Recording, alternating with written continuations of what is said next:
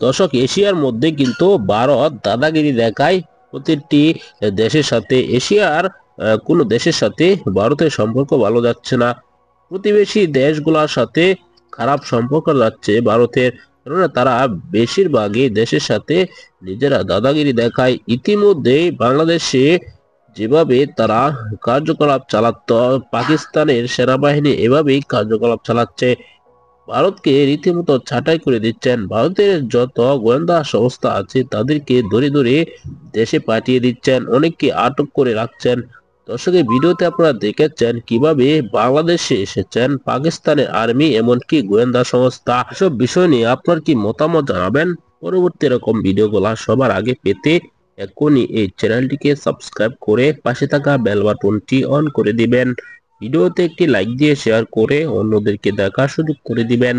এই মুহূর্তে বিদায় নিচ্ছি, দেখা হবে পরবর্তী কোনো ভিডিওতে। সে পর্যন্ত ভালো থাকুন, সুস্থ থাকুন। আসসালামু আলাইকুম রাহমাতুল্লাহ।